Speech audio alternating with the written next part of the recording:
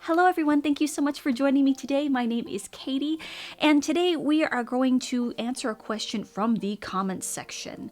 Now this person asked, I feel like I'm squeezing too hard when I'm playing, and you know what, most of the time, most of my beginner students, they are. Whether it's guitar or ukulele, they're too rigid and they just clamp down on the strings and then they hope for the best, and then as they're playing, their hands start cramping and their fingers start to fatigue as they play.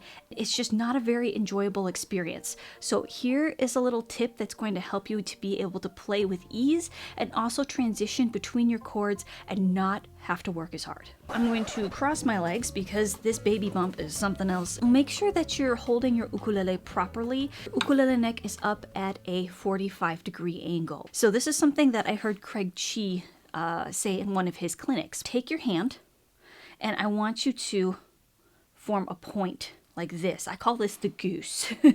And I tell my students, no geese, because look how bent your wrist is this way. Now try to make a fist. Oh, that's really difficult. So please don't hurt yourself doing this, but you'll feel how uncomfortable it is. And then can I actually squeeze and make a fist while my wrist is bent? And for me, the answer is no, I can't. And just don't try because I don't want you to hurt yourself or injure yourself. Okay, now make your wrist straight, just like this. Make sure it's nice and loose. And now try to make a fist. So you see that you can make a nice clamp with your fingers when your wrist is straight. If you have that goose, ooh, really, really, really difficult. Well, goose beak. I'm going to find a C chord because that is usually the first chord that I teach my students, the C chord. Finger number 3 is on the 3rd fret of the A string. Okay, now what I'm going to do is that I'm not going to strum all of my strings. I'm just going to lightly touch that string with my 3rd finger. So the A string is being lightly touched by my 3rd finger on the 3rd fret this way.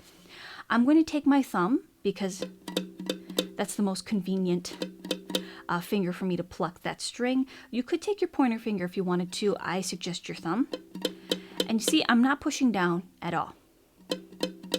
Okay, now what I want you to do is very gently apply pressure to the string.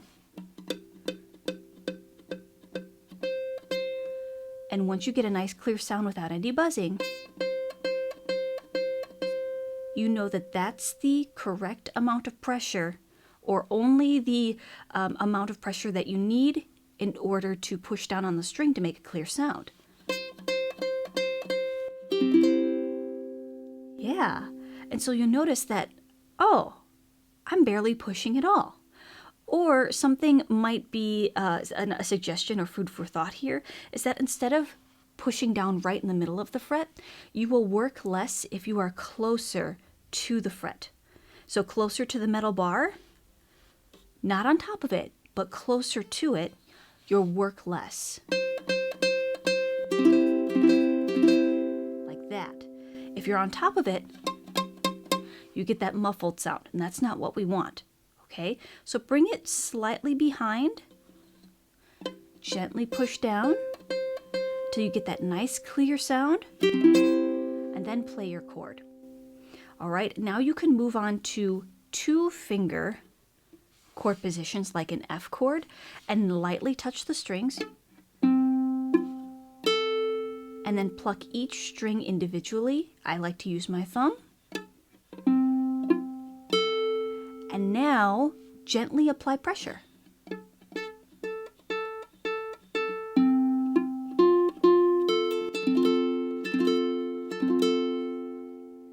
Do you hear that? So at first it sounds a little muffled, but then apply just slowly apply that pressure. Very, very gently apply that pressure to the fretboard. And you'll notice that, oh, you don't need as much pressure as you think you need. Okay, if you also notice that something is muffled, a finger might be touching one of the other strings, or you may not be close enough to the fret. So you may have to try a few things, make a few adjustments as you practice your chord transitions, and you may have to break a bad habit. Make note of what's happening so that if you slow down and you really try to practice proper technique, and you also try to not push as hard, eventually that is going to be ingrained into your muscle memory and your hand will become less fatigued over time and you're going to produce a better sound. So I hope that helps you. Let me know if there's any other questions that you have because I would love to answer them, and I'll see you in the next one. Bye. If you're looking for a place to start, I have an Ukulele 101 course that is on my Patreon page. It includes instructional videos as well as videos that I've taken from my live Ukulele 101 course that I've taught before, and then also contains all of the handouts, everything that you need. Go ahead and check that out. Let me know if you have any questions, and I'll see you in the next one.